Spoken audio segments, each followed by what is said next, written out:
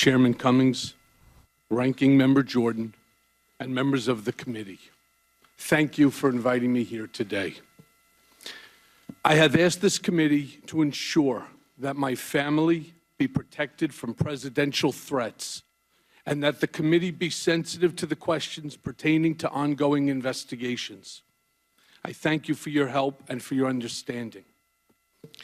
I am here under oath to correct the record, to answer the committee's questions truthfully, and to offer the American people what I know about President Trump. I recognize that some of you may doubt and attack me on my credibility.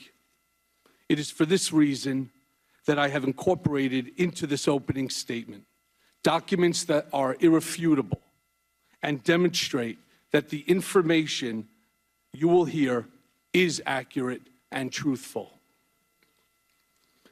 Never in a million years did I imagine, when I accepted a job in 2007 to work for Donald Trump, that he would one day run for the presidency, to launch a campaign on a platform of hate and intolerance, and actively win. I regret the day I said yes to Mr. Trump. I regret all the help and support I gave him along the way. I am ashamed of my own failings and publicly accepted responsibility for them by pleading guilty in the Southern District of New York. I am ashamed of my weakness and my misplaced loyalty, of the things I did for Mr. Trump in an effort to protect and promote him. I am ashamed that I chose to take part in concealing Mr. Trump's illicit acts rather than listening to my own conscience. I am ashamed because I know what Mr. Trump is. He is a racist, he is a con man, and he is a cheat.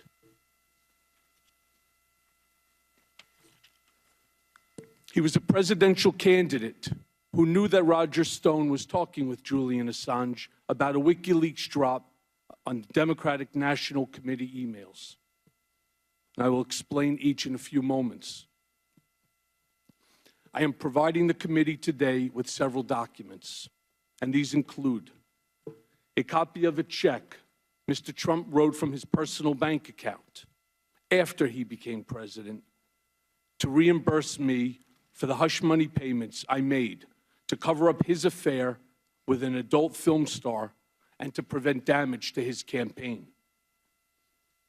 Copies of financial statements from 2011, 2012, and 2013 that he gave to such institutions such as Deutsche Bank. A copy of an article with Mr. Trump's handwriting on it that reported on the auction of a portrait of himself that he arranged for the bidder ahead of time and then reimbursed the bidder from the account of his nonprofit charitable foundation, with the picture now hanging in one of his country clubs. And copies of letters I wrote at Mr. Trump's direction that threatened his high school, colleges, and the college board not to release his grades or SAT scores.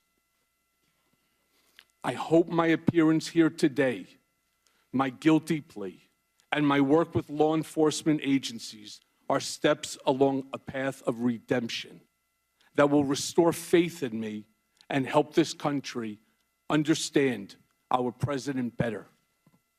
And before going further, I want to apologize to each member, to you as Congress as a whole. The last time I appeared before Congress, I came to protect Mr. Trump. Today, I am here to tell the truth about Mr. Trump. I lied to Congress when Mr. Trump stopped negotiating the Moscow Tower project in Russia. I stated that we stopped negotiating in January of 2016. That was false. Our negotiations continued for months later during the campaign. Mr. Trump did not directly tell me to lie to Congress. That's not how he operates. In conversations we had during the campaign, At the same time, I was actively negotiating in Russia for him. He would look me in the eye and tell me there's no Russian business, and then go on to lie to the American people by saying the same thing. In his way, he was telling me to lie. There were at least a half a dozen times between the Iowa caucus in January of 2016 and the end of June when he would ask me, "How's it going in Russia?" referring to the Moscow Tower project. You need to know that Mr. Trump's personal lawyers reviewed and edited my statement to Congress about the timing of the Moscow Tower negotiations before I gave it. So to be clear, Mr. Trump knew of and directed the Trump-Moscow negotiations throughout the campaign and lied about it. He lied about it because he never expected to win. He also lied about it because he stood to make hundreds of millions of dollars on the Moscow real estate project. And so I lied about it too, because Mr. Trump had made clear to me through his personal statements to me that we both knew to be false, and through his lies to the country that he wanted me to lie. And he made it clear to me because his personal attorneys reviewed my statement before I gave it to Congress. Over the past 2 years, I have been smeared as a rat by the President of the United States. The truth is much different. And let me take a brief moment to introduce myself. My name is Michael Dean Cohen, and I am a blessed husband of 24 years and a father to an incredible daughter and son. When I married my wife, I promised her that I would love her, I would cherish her, and I would protect her. As my father said countless times throughout my childhood, you, my wife, and you, my children, are the air that I breathe. So to my Laura, and to my Sammy, and to my Jake, there's nothing I wouldn't do to protect you. I have always tried to live a life of loyalty, friendship, generosity, and compassion. It's qualities my parents ingrained in my siblings and me since childhood. My father survived the Holocaust, thanks to the compassion and selfless acts of others. He was helped by many who put themselves in harm's way to do what they knew was right. And that is why my first instinct has always been to help those in need. And Mom and Dad, I am sorry I let you down.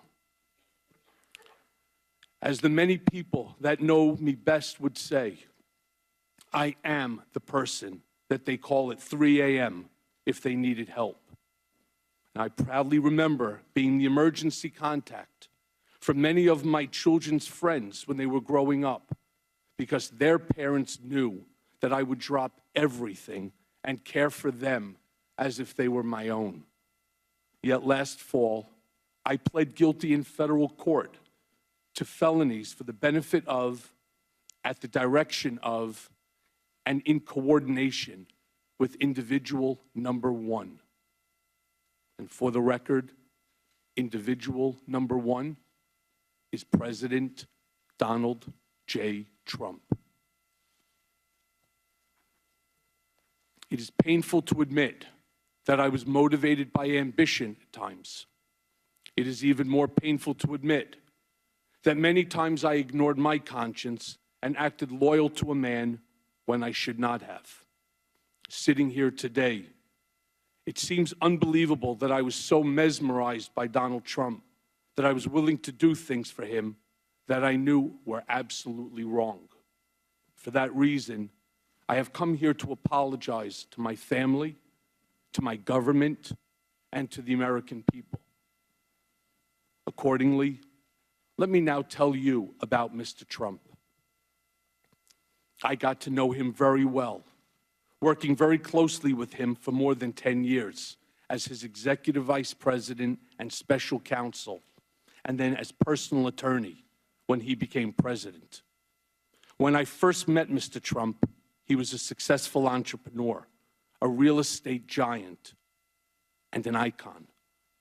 Being around Mr. Trump was intoxicating. When you were in his presence, you felt like you were involved in something greater than yourself, that you were somehow changing the world. I wound up touting the Trump narrative for over a decade. That was my job. Always stay on message. Always defend. It monopolized my life. At first, I worked mostly on real estate developments and other business transactions. Shortly thereafter, Mr. Trump brought me into his personal life and private dealings. Over time, I saw his true character revealed. Mr. Trump is an enigma. He is complicated, as am I. He is both good and bad, as do we all. But the bad far outweighs the good. And since taking office, he has become the worst version of himself. He is capable of behaving kindly, but he is not kind. He is capable of committing acts of generosity, but he is not generous. He is capable of being loyal, but he is fundamentally disloyal. Donald Trump is a man who ran for office to make his brand great, not to make our country great. He had no desire or intention to lead this nation, only to market himself and to build his wealth and power. Mr. Trump would often say, this campaign was going to be the greatest infomercial in political history. He never expected to win the primary. He never expected to win the general election. The campaign, for him, was always a marketing opportunity. I knew early on in my work for Mr. Trump that he would direct me to lie to further his business interests. And I am ashamed to say that when it was for a real estate mogul in the private sector, I considered it trivial. As the president, I consider it significant and dangerous. But in the mix, lying for Mr. Trump was normalized, and no one around him questioned it. In fairness, no one around him today questions it either. A lot of people have asked me about whether Mr. Trump knew about the release of the hacked documents, the Democratic National Committee emails, ahead of time. And the answer is yes. As I earlier stated, Mr. Trump knew from Roger Stone in advance about the WikiLeaks drop of emails.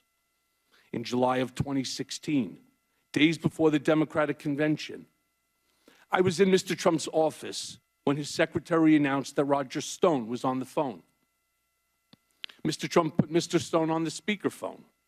Mr. Stone told Mr. Trump that he had just gotten off the phone with Julian Assange, and that Mr. Assange told Mr. Stone that within a couple of days, there would be a massive dump of emails that would damage Hillary Clinton's campaign. Mr. Trump responded by stating to the effect, "Wouldn't that be great?" Mr. Trump is a racist. The country has seen Mr. Trump court white supremacists and bigots. You have heard him call poorer countries shitholes. In private, he is even worse.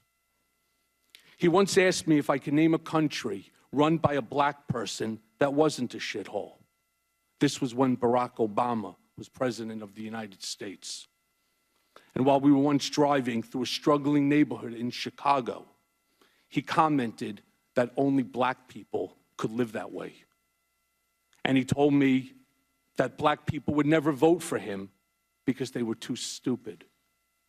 And yet, I continued to work for him. Mr. Trump is a cheat. As previously stated, I am giving to the committee today 3 years of Mr. Trump's personal financial statements from 2011, 2012, and 2013, which he gave to Deutsche Bank to inquire about a loan to buy the Buffalo Bills and to Forbes. These are Exhibits 1A, 1B, and 1C to my testimony. It was my experience that Mr. Trump inflated his total assets when it served his purposes, such as trying to be listed amongst the wealthiest people in Forbes, and deflated his assets to reduce his real estate taxes. I'm sharing with you 2 newspaper articles, side by side, that are examples of Mr. Trump inflating and deflating his assets, as I said, to suit his financial interests. These are Exhibit 2 to my testimony. As I noted, I'm giving the committee today an article he wrote on and sent to me that reported on an auction of a portrait of Mr. Trump. This is Exhibit 3A to my testimony. Mr. Trump directed me to find a straw bidder to purchase a portrait of him that was being auctioned off at an Art Hamptons event. The objective was to ensure that this portrait, which was going to be auctioned last, would go for the highest price of any portrait that afternoon. The portrait was purchased by the fake bidder for $60,000. Mr. Trump directed the Trump Foundation, which is supposed to be a charitable organization, to repay the fake bidder, despite keeping the art for himself. And please see Exhibit 3B to my testimony. And it should come as no surprise that one of my more common responsibilities was that Mr. Trump directed me to call business owners, many of whom are small businesses that were owed money for their services, and told them that no payment or a reduced payment would be coming. When I asked Mr. Trump, or when I told Mr. Trump of my success, he actually reveled in it. And yet, I continued to work for him. Mr. Trump is a con man. He asked me to pay off an adult film star with whom he had an affair and to lie about it to his wife, which I did. And lying to the First Lady is one of my biggest regrets because she is a kind, good person, and I respect her greatly, and she did not deserve that. And I'm giving the committee today a copy of the $130,000 wire transfer from me to Ms. Clifford's attorney during the closing days of the presidential campaign that was demanded by Ms. Clifford to maintain her silence about her affair with Mr. Trump. And this is Exhibit 4 to my testimony. Mr. Trump directed me to use my own personal funds from a home equity line of credit to avoid any money being traced back to him that could negatively impact his campaign. And I did that too, without bothering to consider whether that was improper, much less whether it was the right thing to do or how would it impact me, my family, or the public. And I am going to jail in part because of my decision to help Mr. Trump hide that payment from the American people before they voted a few days later. As Exhibit 5A to my testimony shows, I am providing a copy of a $35,000 check that President Trump personally signed from his personal bank account on August 1st of 2017, when he was President of the United States, pursuant to the cover-up, which was the basis of my guilty plea to reimburse me, the word used by Mr. Trump's TV lawyer, for the illegal hush money I paid on his behalf. This $35,000 check was one of 11 check installments that was paid throughout the year while he was president. Other checks to reimburse me for the hush money payments were signed by Donald Trump Jr. and Alan Weisselberg. And see for that example 5B. The President of the United States thus wrote a personal check for the payment of hush money as part of a criminal scheme to violate campaign finance laws. And you can find the details of that scheme directed by Mr. Trump in the pleadings in the U.S. District Court for the Southern District of New York. So picture this scene. In February of 2017, 1 month into his presidency, I'm visiting President Trump in the Oval Office for the first time, and it's truly awe-inspiring. He's showing me all around and pointing to different paintings, and he says to me something to the effect of, "Don't worry, Michael, your January and February reimbursement checks are coming." They were FedExed from New York, and it takes a while for that to get through the White House system. As he promised, I received the first check for the reimbursement of $70,000 not long thereafter. When I say con man, I'm talking about a man who declares himself brilliant, but directed me to threaten his high school, his colleges, and the college board to never release his grades or SAT scores. As I mentioned, I'm giving the committee today copies of a letter I sent at Mr. Trump's direction, threatening these schools with civil and criminal actions if Mr. Trump's grades or SAT scores were ever disclosed without his permission. And these are under Exhibit 6. The irony wasn't lost on me at the time that Mr. Trump, in 2011, had strongly criticized President Obama for not releasing his grades. As you can see in Exhibit 7, Mr. Trump declared, "Let him show his records," after calling President Obama a terrible student. The sad fact is that I never heard Mr. Trump say anything in private that led me to believe he loved our nation or wanted to make it better. In fact, he did the opposite. When telling me in 2008 or 2009 that he was cutting employees' salaries in half, including mine, he showed me what he claimed was a $10 million IRS tax refund. And he said that he could not believe how stupid the government was for giving someone like him that much money back.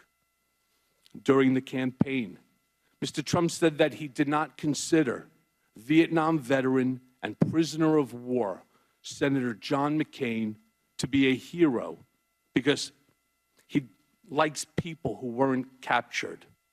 At the same time, Mr. Trump tasked me to handle the negative press surrounding his medical deferment from the Vietnam draft. Mr. Trump claimed it was because of a bone spur, but when I asked for medical records, he gave me none and said that there was no surgery. He told me not to answer the specific questions by reporters, but rather offer simply the fact that he received a medical deferment. He finished the conversation with the following comment: "You think I'm stupid? I'm not going to Vietnam." And I find it ironic, Mr. President, that you are in Vietnam right now. And yet, I continue to work for him. Questions have been raised about whether I know of direct evidence that Mr. Trump or his campaign colluded with Russia. I do not. And I want to be clear, but I have my suspicions. Sometime in the summer of 2017, I read all over the media that there had been a meeting in Trump Tower in June of 2016 involving Don Jr. and others from the campaign with Russians, including a representative of the Russian government, and an email setting up the meeting with the subject line, "Dirt on Hillary Clinton." And something clicked in my mind. I remembered being in a room with Mr. Trump, probably in early June of 2016, when something peculiar happened. Don Trump Jr. came into the room and walked behind his father's desk, which in and of itself was unusual. People didn't just walk behind Mr. Trump's desk to talk to him. And I recall Don Jr. leaning over to his father and speaking in a low voice, which I could clearly hear, and saying, "The meeting is all set. And I remember Mr. Trump saying, "Okay, good, let me know." What struck me as I looked back and thought about the exchange between Don Jr. and his father was first, that Mr. Trump had frequently told me and others that his son Don Jr. had the worst judgment of anyone in the world, and also that Don Jr. would never set up any meeting of significance alone, and certainly not without checking with his father. I also knew that nothing went on in Trump world, especially the campaign, without Mr. Trump's knowledge and approval. So I concluded that Don Jr. was referring to that June 2016 Trump Tower meeting about dirt on Hillary with the Russian representatives when he walked behind his dad's desk that day, and that Mr. Trump knew that was the meeting Don Jr. was talking about when he said, "That's good, let me know." Over the past year or so, I have done some real soul searching, and I see now that my ambition and the intoxication of Trump power had much to do with the bad decisions, in part, that I made. And to you, Chairman Cummings and Ranking Member Jordan, and the other members of this committee, and the members of the House and Senate, I am sorry for my lies and for lying to Congress. And to our nation, I am sorry for actively working to hide from you the truth about Mr. Trump when you needed it most. For those who question my motives for being here today, I understand. I have lied, but I am not a liar. And I have done bad things, but I am not a bad man. I have fixed things, but I am no longer your fixer, Mr. Trump. And I am going to prison and have shattered the safety and security that I tried so hard to provide for my family. My testimony certainly does not diminish the pain that I have caused my family and my friends. Nothing can do that. And I have never asked for, nor would I accept, a pardon from President Trump.